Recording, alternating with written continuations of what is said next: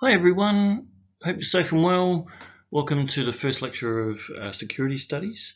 So this is a lecture series where we're going to look at specifically the new security agenda, which broadened the idea of security studies to include things like terrorism and cybersecurity and even finance, military interventions, and even energy security, things like that. But in this lecture, we're going to look at nuclear deterrence theory, and then what caused a shift on to a broader idea of what security studies needs to be. Okay, so the subtitle of this lecture series is the new security agenda. In order for you to understand the new security agenda, I need to explain what the old agenda was. So, international relations as a field of research in universities and think tanks and even in government and military and intelligence is a very catch-all term, right? It's a broad church, it's a broad umbrella term to catch all of these different things, right? So international history and international political economics and international law and specific area studies. So you can be a Japan expert or a Soviet expert or a Russia expert or China expert. And international theory, right? So we cover them in the international relations introduction to theory course. Or you can do comparative politics, right? So what's different about China and Russia, right? Or what's the same, things like that. But a really important part of international relations is security studies. And originally, at the end of World War II, the subfield of security studies was almost exclusively concerned with military strategy, right? How do you win? And very broad sort of military strategy as well, right? So strategy and tactics, but within that, it was during the start of the Cold War, almost entirely the whole field of international relations was very focused, and certainly security studies was extremely focused on the issues and problems and strategies around nuclear weapons. So, to understand nuclear strategy in the early Cold War era, so up until around 1965, you need to understand three really important interlinked concepts. Right? So, the reciprocal fear of surprise attack, explosive uncontrolled escalation to all-out nuclear war, and brinkmanship.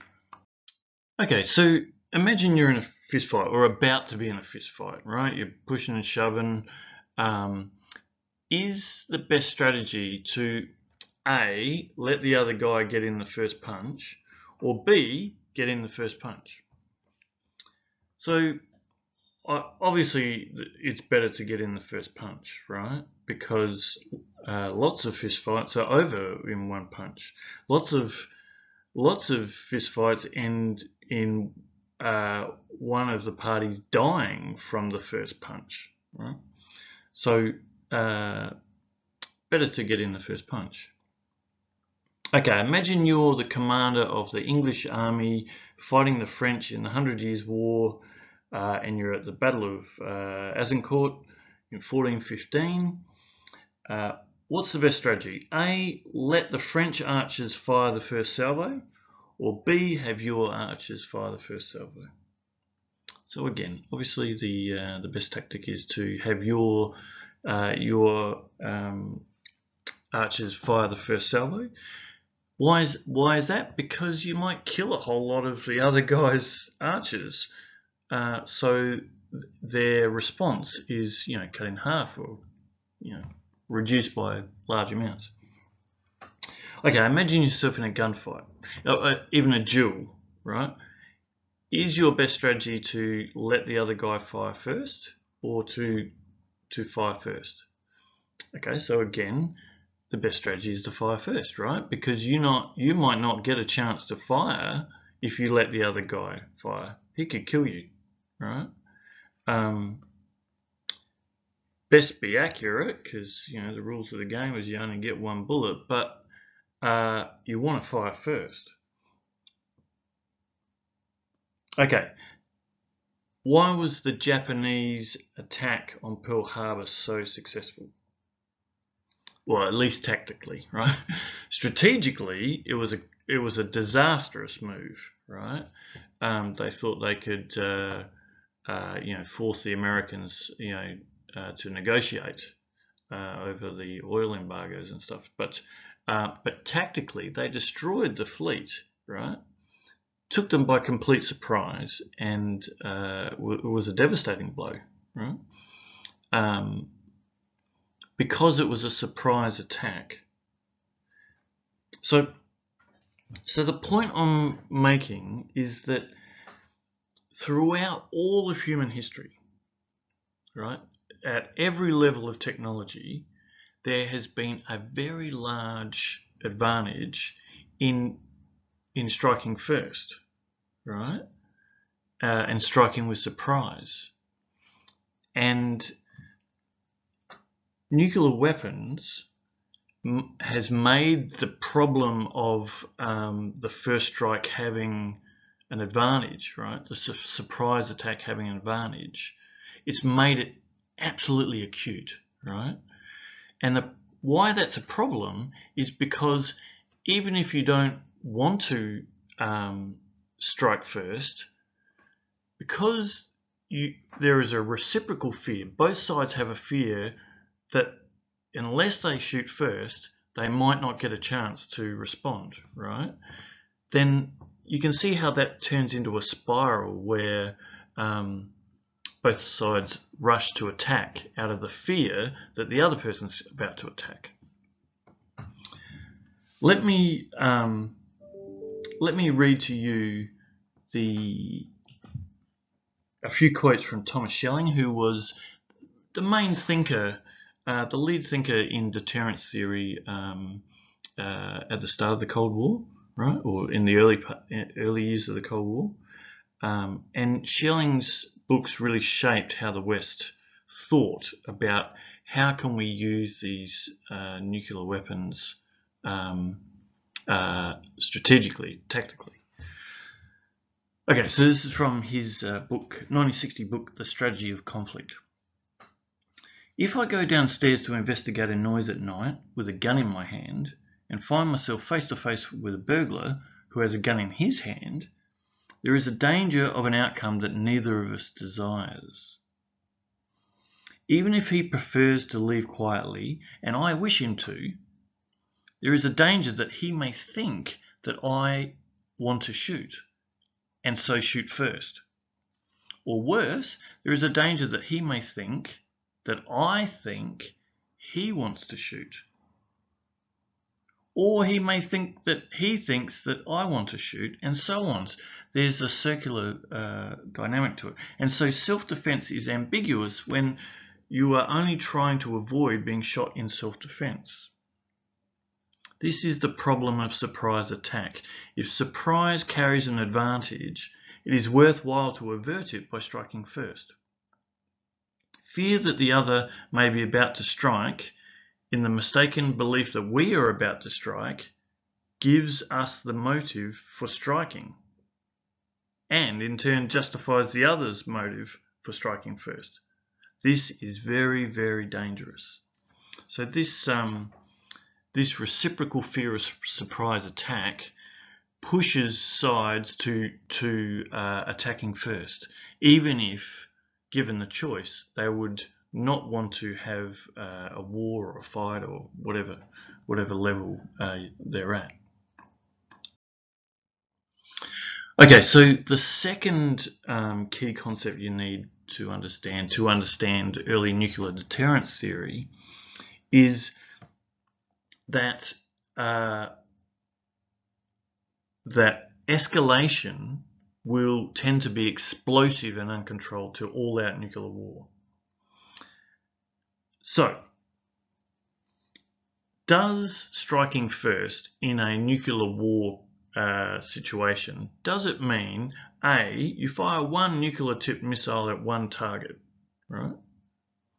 Or B, you fire all your nuclear weapons at as many of the enemy's nuclear weapons silos as possible, right? Is it A or B? Obviously it's B, right? Because again, it's like the archer's salvo. If you can kill as many of the other side's archers, maybe they can't fire back at all. Or if they do, maybe it's only one or two, or, you know. So firing first, you're trying to knock out the ability of the other side to retaliate. And so that's why escalation will probably not be a demonstration shot, in the ocean or something, or in the desert, or you're not.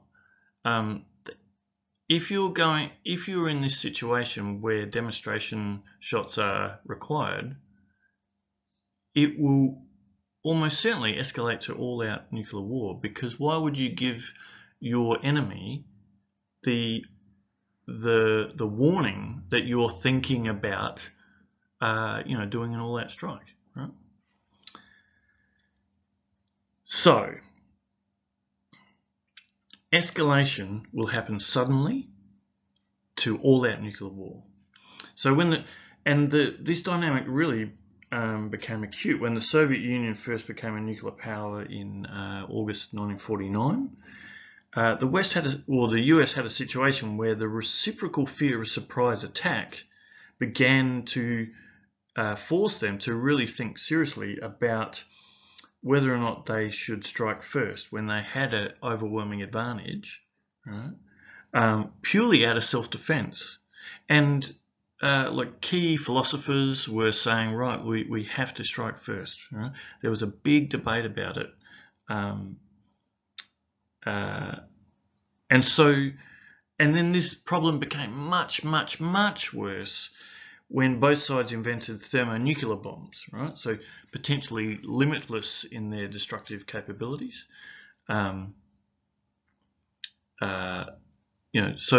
This problem, the destructive potential of nuclear weapons, went off the scale with thermonuclear weapons. So a thermonuclear weapon is you're using an A bomb, so a fission bomb, to compact and ignite a fusion bomb, right? So it's actually two bombs in one. And the destructive potential of that has not been reached. It's theoretically limitless, right? It's what the sun is. So by the end of 1957, the Soviet Union had the first ICBM, followed by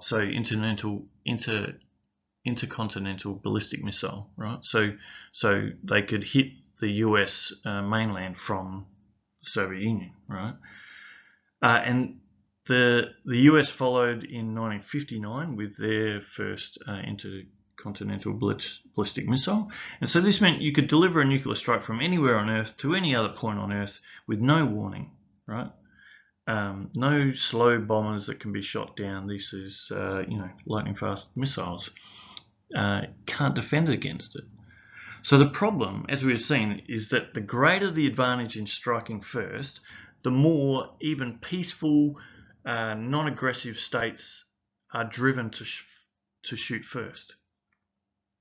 You might not destroy all of their nuclear missiles if you shoot first, but you will certainly decrease the number of their ability to kill you dramatically. And so instead of everyone dying, perhaps it will decrease the number enough so that perhaps only half of your population dies. Right? These are the calculations that were being made at the time. And the danger of this dynamic, this fear of reciprocal surprise attack, and the problem of it going to all-out nuclear war straight away, it increases dramatically during a crisis, right? So a crisis between, tensions between two nuclear powers, the danger is that the dispute ends up causing a border clash, or ships collide at sea, or some misadventure or a false alarm. So even it escalates quickly to the point where one side or the other feels that they have to fire first because the other guy might be about to. So even small clashes have the potential for explosive, uncontrolled escalation to all-out nuclear war. Okay, so that's the concept of the reciprocal fear of surprise attack and explosive escalation, plus that this risk rises dramatically during a crisis where you can't control everything, right?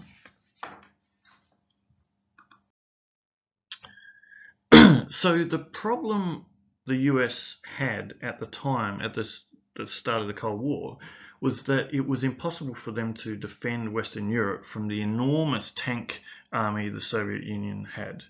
They have home ground advantage, and if they had wanted to, they could have easily taken all of Western Europe. Well, not easily, but they could have taken all of Central and probably even Western Europe, right, through to France, just as the Nazis did, because it's all open plain, right? So the Western Europe was completely destroyed, right? This is the end of the World War II, start of the Cold War. Western Europe's completely destroyed. They can't defend themselves. Their states are completely decimated, right? And the US, much smaller population, and an ocean away, and all their economies are on. So even if all their economies did nothing but build tanks, the Soviet Union just had much more, right? So how did the West deter the Soviets from taking all of Europe, right?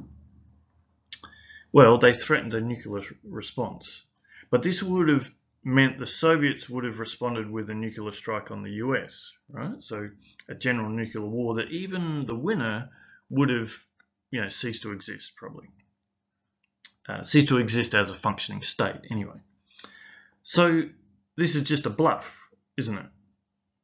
Right? You can't threaten a nuclear strike. The US can't threaten a nuclear strike on Moscow to save Berlin, right? It's not a credible threat to commit mutual suicide, right? It's like if a robber broke into your house and said, "Give me all your money or I'll kill myself," right? It's just not a credible threat. Even if he has a bomb and says, "Give me all your money or I'll blow us both up," it's just not a credible threat, right? And so this is the problem that deterrence theorists were trying to grapple with at the start of the Cold War. Like, we can't defend Western Europe, so how do we deter an attack? Well, making a nuclear threat just isn't credible, right?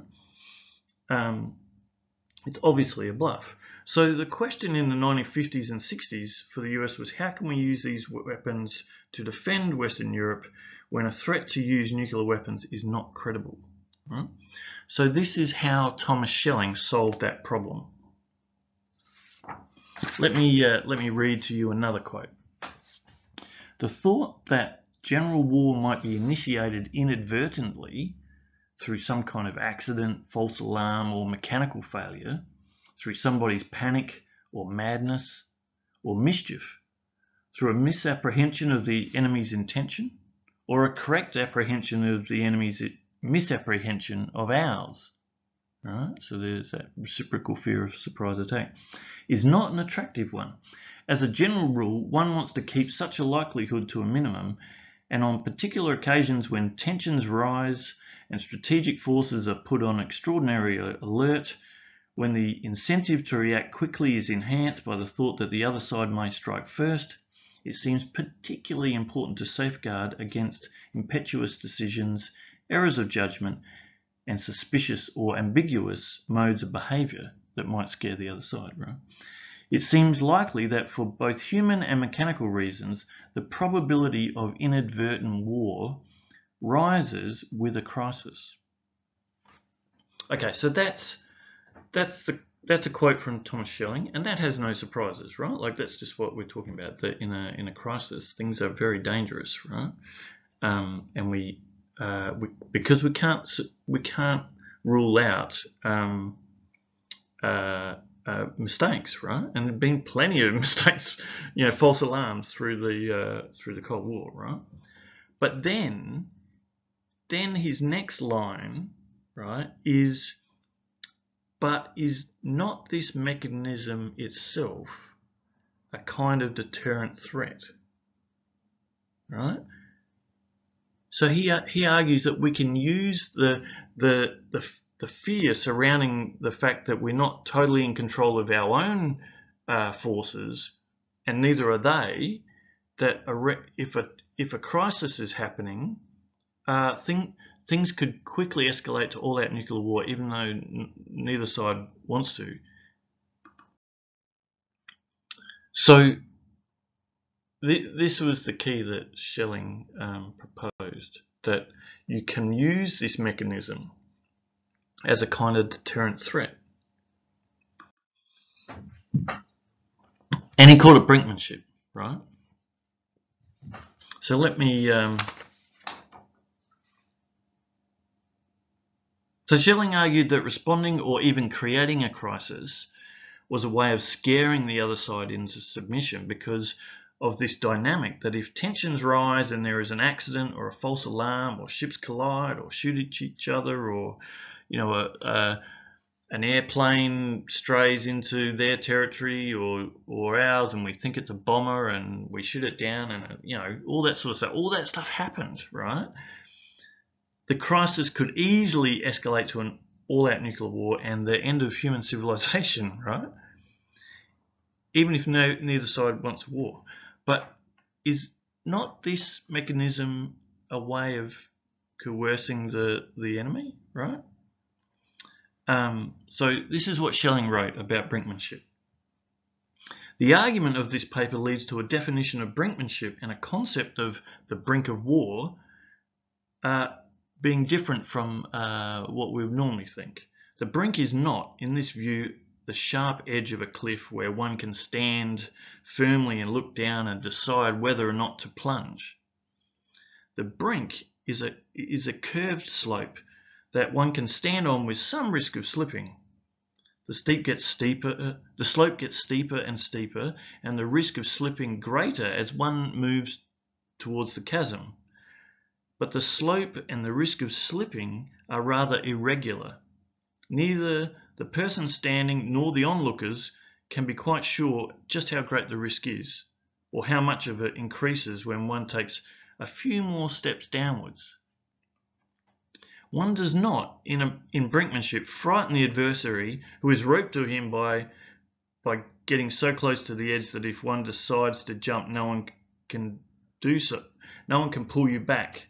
No one can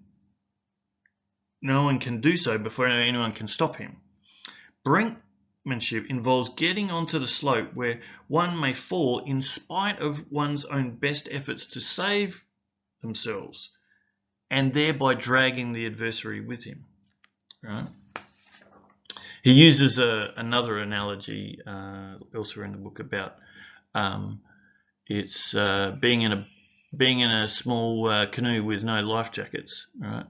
And neither of you can swim, and shaking the boat, rocking the boat, right? You don't know, how much it'll take to knock it over, and neither do they, right? And they will know that you don't know either. And just so by creating that crisis, taking one step further, right? the uncertainty in that situation is so scary that it's a form of deterrence in itself, right? That was Schelling's breakthrough, I suppose. So this dynamic, right, where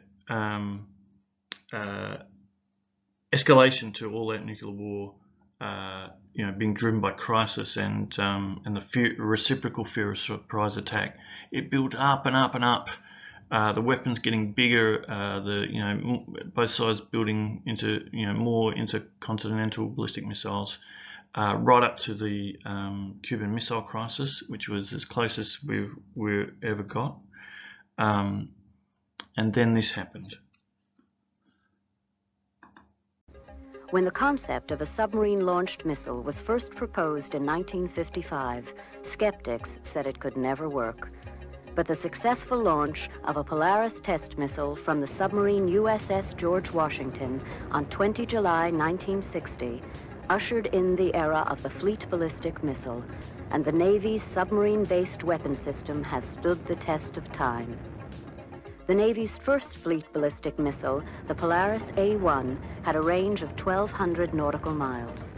The Polaris program extended the missile's reach, achieving a range of 2,500 nautical miles with the A-3 missile.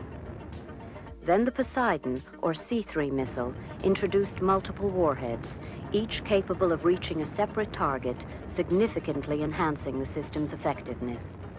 And the Trident development program resulted in a more survivable deterrent, an improved missile with a range of 4,000 nautical miles, and a new submarine, faster, quieter, and most of all, larger, carrying 24 missiles instead of 16.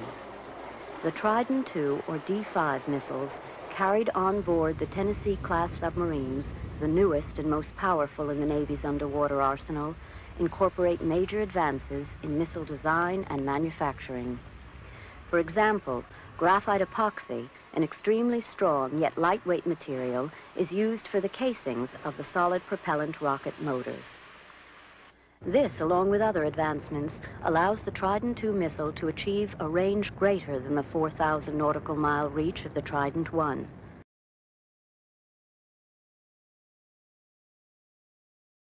So the invention of the submarine launchable ballistic missile, right? So invisible, you can't find it. It's very hard to target, and each submarine carrying just so much firepower. Turn a normal country to glass, right? Just one submarine, right, with multiple warheads on each missile. The power of that, it being a power that isn't able to be stopped by shooting first, what that meant is, for the first time in human history, through all the levels of technology, military technology that we've had, for the first time we reached a point where firing first had absolutely no advantage for you. All it would mean is that your country would be turned to glass, right? So for the first time, we had this situation of mutually assured destruction, right? MAD. And shooting first had no advantage, and it would only amount to mutual suicide. Okay. So the submarine launchable ballistic missile is certainly one of humanity's greatest inventions, right? It stabilized the Cold War and probably saved humanity from destroying itself, very soon, right? There was a couple of submarines. One submarine from each side had already been deployed by the Cuban Missile Crisis, which I think was very lucky, very good timing, because it would have played a role in stabilizing that crisis, where it removed the advantage of striking first. So it stopped that spiral towards having to shoot first out of just a fear of, out of self-defense. Right? However, because brinkmanship then couldn't really be used, right, to coerce, then it re-energized, it remade the problem of how to defend Western Europe from Soviet forces.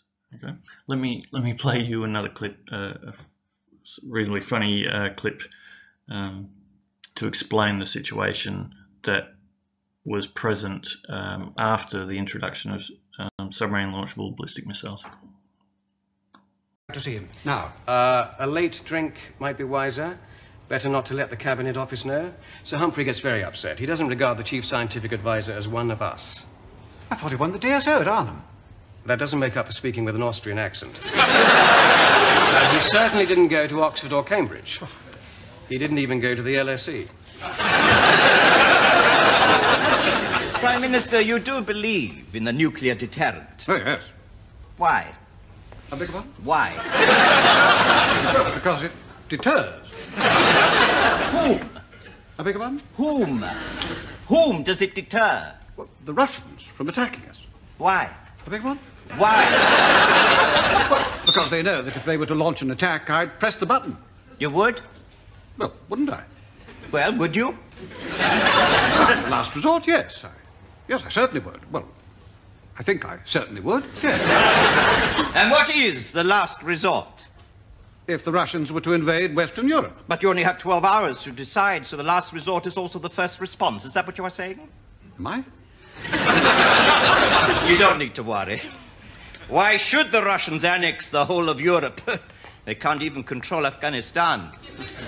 No, if they try anything, it will be salami tactics. Salami tactics. Slice by slice. One small piece at a time. So will you press the button if they invade West Berlin? It all depends. On what? Well, scenario one. Riots in West Berlin. Buildings in flames. East German fire brigade crosses the border to help. Would you press the button? The East German police come with them. The button. Then some troops. More troops, just for riot control, they say. And then the East German troops are replaced by Russian troops. Button. Then the Russian troops don't go. They are invited to stay to support civilian administration. The civilian administration closes roads and Tempelhof Airport. Now you press the button? I need time to think about it. You have 12 hours. Have I? I'm inventing this. You are Prime Minister today. The phone might ring now from NATO headquarters. Hello, yes. NATO headquarters. Can you address their annual conference in April? I thought I could. I'm not so sure now.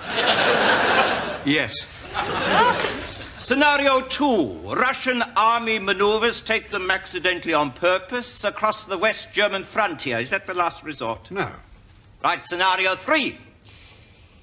Suppose the Russians have invaded and occupied West Germany, Belgium, Holland, France. Suppose their tanks and troops have reached the English Channel. Suppose they are poised for an invasion. Is that the last resort? No. Why not? Well, we'd only fight a nuclear war to defend ourselves. How could we defend ourselves by committing suicide? So what is the last resort, Piccadilly? Watford Gap Service Station? The Reform Club? The nuclear deterrent makes no sense. Yes, it does. If either the Russians or the Americans have the bomb, then the other side must have it too. And we might as well keep Polaris just in case. I don't understand. What are you proposing? Cancel Trident. Spend the £15 billion you save on conventional forces, because you wouldn't really press the button, would you? I might, if I were given no choice. Oh, they'll never put you into a situation where you have no choice. They'll stick to their salami tactics, remember. All right. Well, supposing we cancel Trident and channel £15 billion into conventional forces, what do we spend it on? Tanks? No. We spend it on E.T. Extraterrestrials? Emergent technology. What What's that? Smart missiles, target finding, infrared. And who would operate this ET? You need a large conventional army. A large convention. I've got an idea. Oh, wait a minute. I think I can see how to do this. First, we cancel Trident. Yes. We don't buy crews either. Yes. Then we introduce conscription. Yes. Not only do we solve our defence problems, we solve our unemployment problems as well.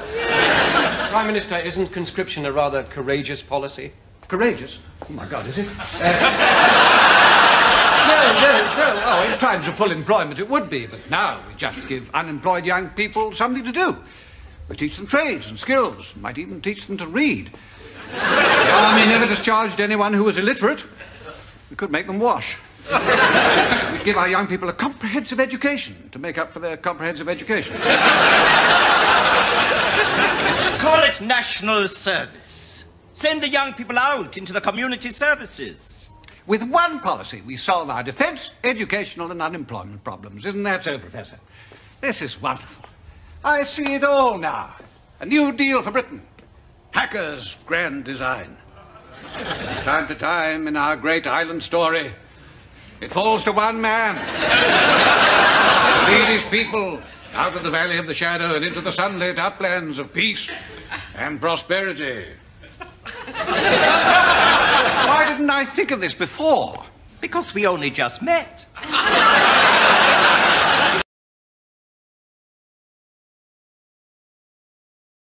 So the stability at the highest level, at the nuclear level, could the problem was that it made lower levels of warfare much more likely, right? And sometimes this is called the stability-instability paradox, right? So that when you've got MAD at the strategic level, at the nuclear level, that stability, you can't use the threat of uncontrolled escalation to stop a Soviet invasion of Western Europe, right? So there's still debate about whether or not a second strike capability, submarine launchable ballistic missile, is particularly useful against an equally armed adversary. But just like the video said laughingly, if the other side has it, then we have to have it too, right?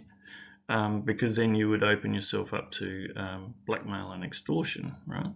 But if both sides have it, then it sort of freezes things at that level, and then the debate raged again. How do we defend Western Europe if we can't threaten with nukes? So there was all these different ways of, different ideas, large conventional armies, or different technologies, or tactical nuclear weapons, even nuclear tipped artillery, right? You can see a cannon firing a nuclear missile there. I would not like to be the soldier pulling the string of that cannon, and suitcase nukes and mines, and all this sort of thinking was going on in the second part of the Cold War, after the mid-60s, where submarine launchable ballistic missiles created a situation of MAD. But then, so much of the Cold War after 1960 in academia and defence and government was spent trying to work out how to stop Soviet salami tactics, right? But then this happened. I'm Peter Jennings in New York. Just a short while ago, astonishing news from East Germany, where the East German authorities have said, in essence, that the Berlin Wall doesn't mean anything anymore. The wall that the East Germans put up in 1961 to keep its people in will now be breached by anybody who wants to leave. The East German media chief in the Communist Party said a short while ago that anyone who wants to leave East Germany and go anywhere in the world is free to do so. Anyone who wants to leave East Germany and travel to the West and return will need a visa, but visas will be granted, it is said, immediately or at least urgently by police stations all over the country. It is perhaps the most important announcement made in Central Europe since the end of World War II, certainly since the wall went up in 1961. Standing by in West Berlin, where the shockwaves are only now being felt, ABC's Barry Dunsmore. Barry, I assume I'm right about shockwaves. Yes, indeed. This was something that certainly wasn't anticipated in this form this quickly. We do know that the East Germans have been allowing their people to go out via Czechoslovakia since last Friday, and in that time, at least 50,000 people have departed. We were expecting that there were going to be some changes in the travel restrictions, but the extent of the changes and the immediacy of them certainly were not anticipated at this time. And in West Berlin, Barry, and if you have any sense in West Germany in general, do they anticipate a rush of people just walking across the wall? You know, it's very interesting. I talked to a senior official here at the TV station in West Berlin who a short time ago, when asked that simple question, said, I haven't the slightest idea. I'm going to send my trucks there and see what happens. I think this really has caught people in a way that it's difficult to imagine just precisely how this thing will manifest itself. No one had expected that something like this was about to happen.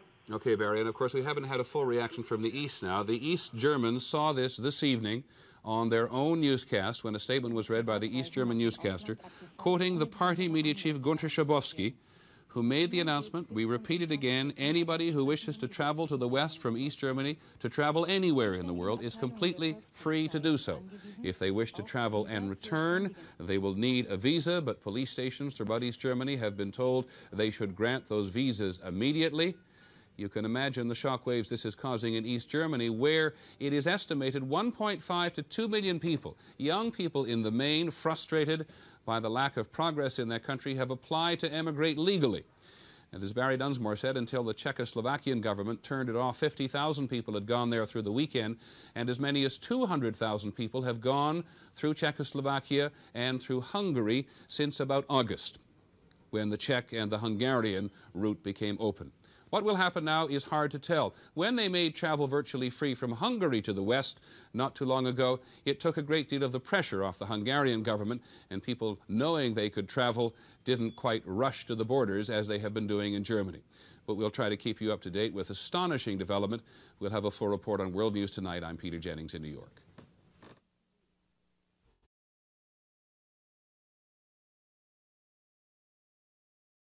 So astonishing, right? Like the Cold War that had been building, and you've had the Cuban Missile Crisis, and Berlin was the center of this, and the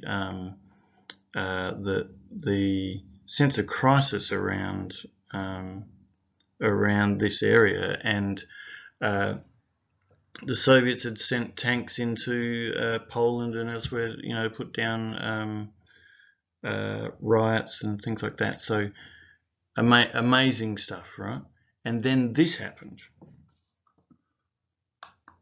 Mikhail Gorbachev's dreams of holding the Soviet Union together may have received a death blow today. The Union's 3 Slavic republics announced they are forming a separate Commonwealth of Independent States. Russia, the Ukraine, and Belarus control much of the Soviet Union's economic power, enough to challenge the rapidly fading strength of Gorbachev's central government. Details from Moscow correspondent John Donvan.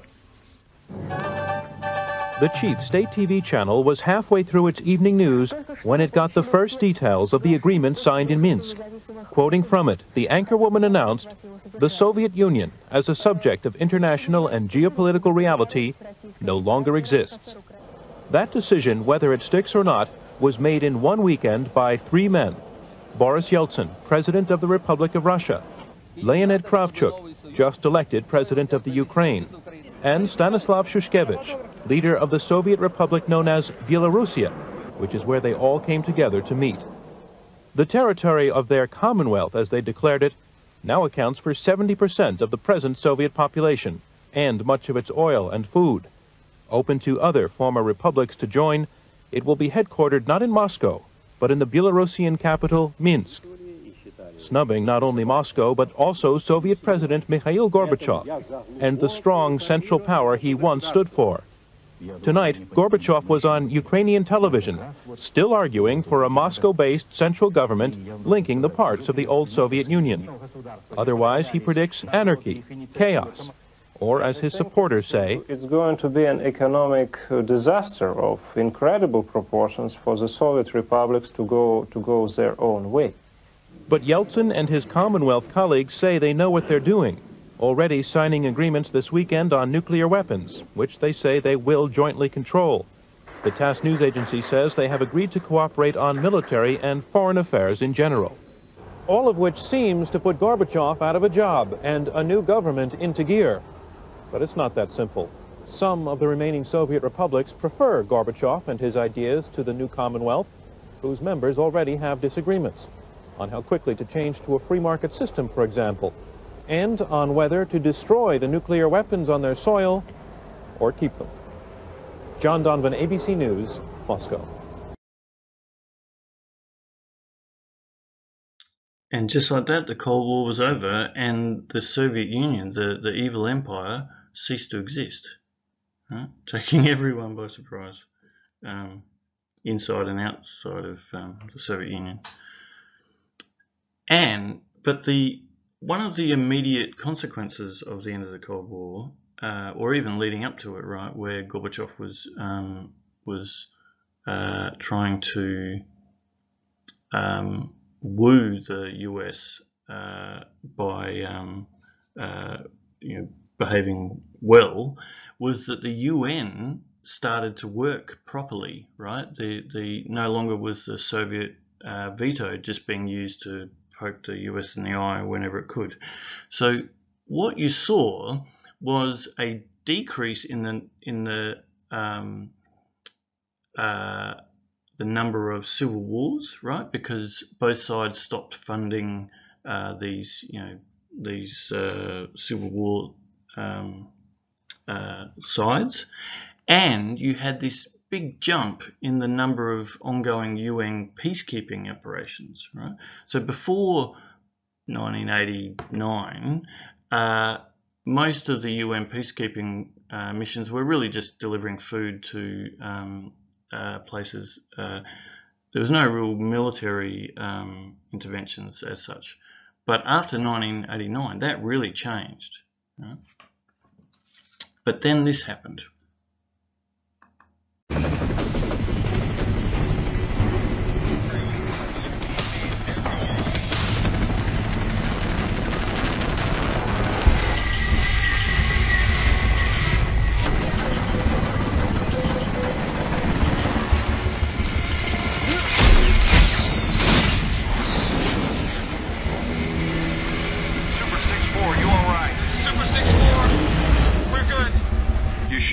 Like you got clipped pretty good. The screw pedals are okay.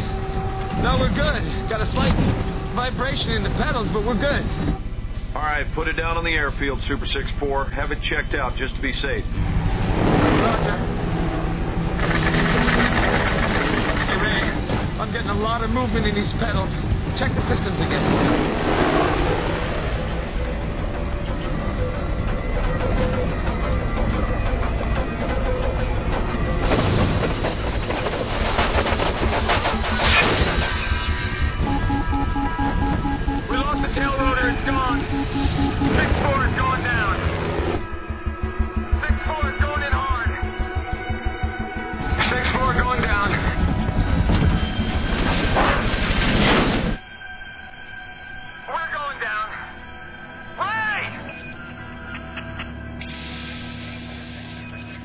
Get Strukers, call them back out there.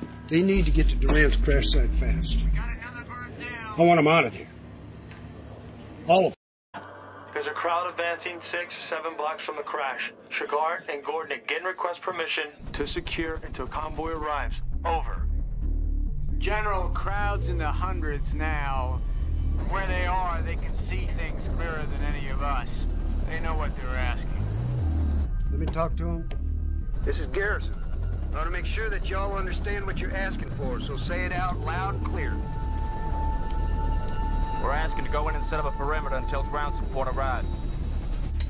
And you realize that I cannot tell you when that might be. It could take quite a while. Roger that. And you still want to go in there? Yes, sir. Bro Harold? Yes, General. It's your call. Roger that. Govina, put him in.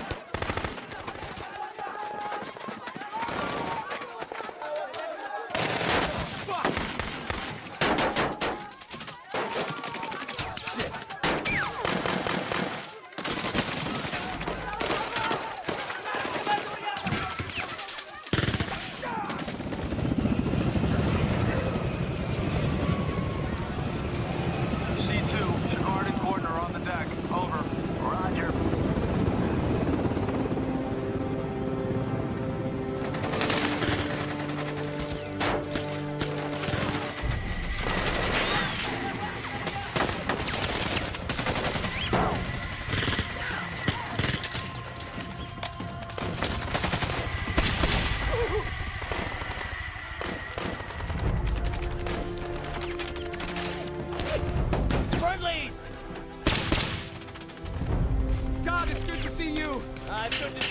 How bad? My leg's broken. My back feels kind of weird. Gotta get you out of here, buddy.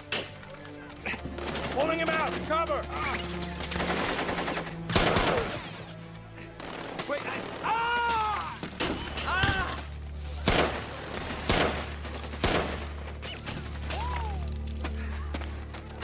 Put you down. C2, we're at the 6-4 crash site, securing perimeter. Roger that. You all right? Yeah, I'm good. You're locked and loaded.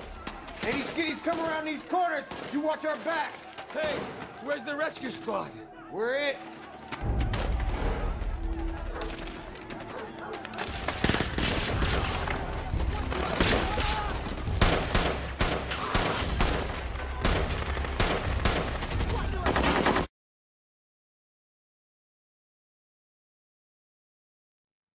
So the footage of the deceased pilot in that helicopter being dragged through the streets was broadcast to the US and elsewhere, and so really shocked the country, and it cost the lives of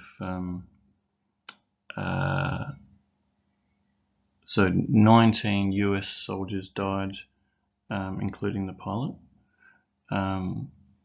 and 73 were wounded, plus a Malaysian and a Pakistani soldier were killed, both killed, and some wounded. So and a lot of, so you can see a lot of countries were involved in this peacekeeping operation, right? So even though only really US soldiers died, it was still, you know, it was big news, big news, and really shocked the whole idea of peacekeeping. Just really ground to a halt, right? And the US withdrew their military, and so did everyone else, and the idea that had sort of happened, this flurry of trying to use military force, not just to defeat the Soviets, the evil empire now, but to suddenly we can use it for to stop civil wars and genocide and things like that, right? And so, but with this event, the Battle of Mogadishu, and these 73 US soldiers dying, 19 soldiers dying and 73 wounded, and all the footage too, right? It really shocked the world, and so everyone sort of withdrew their troops out of harm's way in Mogadishu, and elsewhere, everywhere around the world, right? But then this happened. Because of the deaths in Mogadishu, when the civil war sort of kicked off in Rwanda, or the genocide, the UN troops were pulled out or pulled back to their bases, and the world could have done something, but because of the path that history took, the US and others were very reluctant to risk their soldiers to stop these, and so you had just a really brutal genocide. I think it's 800,000 Tutsis die over a period of 3 months.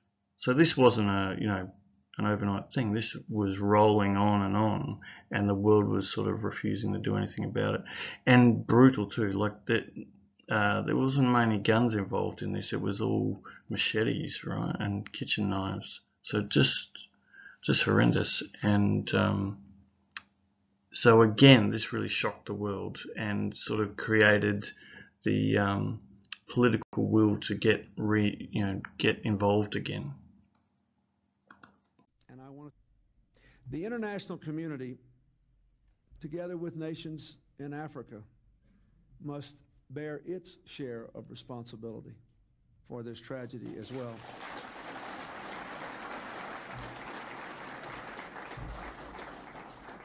We did not act quickly enough after the killing began.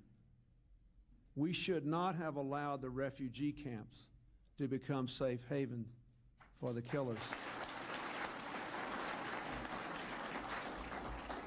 We did not immediately call these crimes by their rightful name, genocide.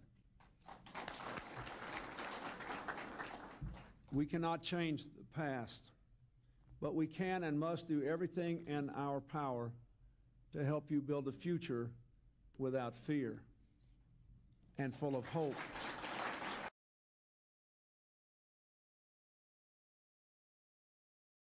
So after this period of really pulling back from military interventions, the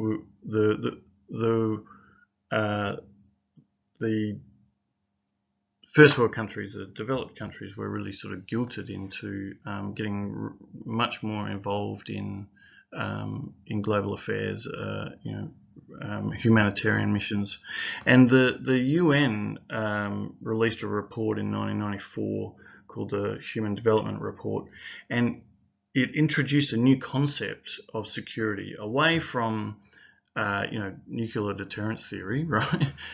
It introduced this concept of human security, right, going beyond the security of just the state, but looking at individuals. And it equated security with people rather than territories, right? It equated it with development rather than military conflict. So it examined both the national and the global concerns of a sort of global human security. And the report sought to deal with concerns through this new paradigm of sustainable human development, capturing the potential of what they were calling the peace dividend, right, the end of the Cold War, and using that dividend to forge a new form of development and cooperation and a restructured system of global institutions. And so this, under the UN development programs, this framework of human security, it broke security into these 6 elements, right? So away from just a mono concept of security being the state, to it being economic security, right? Economic security requires a basic income for individuals, right? So you've got this development push, and food security, and health security, and environmental security, right? The environmental movement is really, like, we started to we started to recognise that there was an environmental problem, and community security, or that might be cultural security, right, where a community aims to protect its people from the loss of traditional relationships and values and beliefs, and protect it from sectarian and ethnic violence, right? And political security, right? So this is concerned over whether people live in a society that gives them basic human rights or not. So this was a new paradigm that really sort of was a call to arms for not only politicians, but also academia and the military, and policymakers. And we really saw an explosion of research and effort to try and confront sort of global problems, right? And so in international relations, that's often known as the new security agenda, right? So this is the new security agenda. The old one was, how do we use nuclear weapons to defend Western Europe and ourselves? And the new security agenda is sort of more targeted around human security. So, under international relations, like the sort of broad subject area, the broad field, security studies became this new agenda of human security and things less than interstate war, right? So it covered a whole gamut of things, right, from environment to cybersecurity to stopping civil wars, the whole gamut, everything below interstate military conflict became security studies, and sort of a new field or an old field, strategic studies, was born, and that was the old focus on military strategy, military tactics, nuclear strategy, grand strategy. Right. So, I hope you enjoyed that brief introduction to nuclear weapons theory and strategy, and a little history lesson of how we sort of transitioned after the Cold War into this new security agenda. And so, over the next few lectures, we're going to look at weak and failed states, right, and how our current or recent past strategy of military intervention has failed. And then we'll look at the global financial crisis. We'll look at a bit of cyber security, the environment, energy security. So I hope you enjoyed this lecture series. Okay, I'll talk to you in the next lecture.